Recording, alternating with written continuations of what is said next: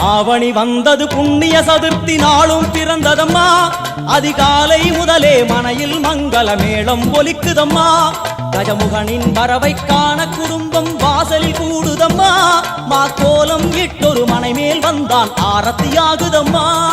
Ganapathi Raja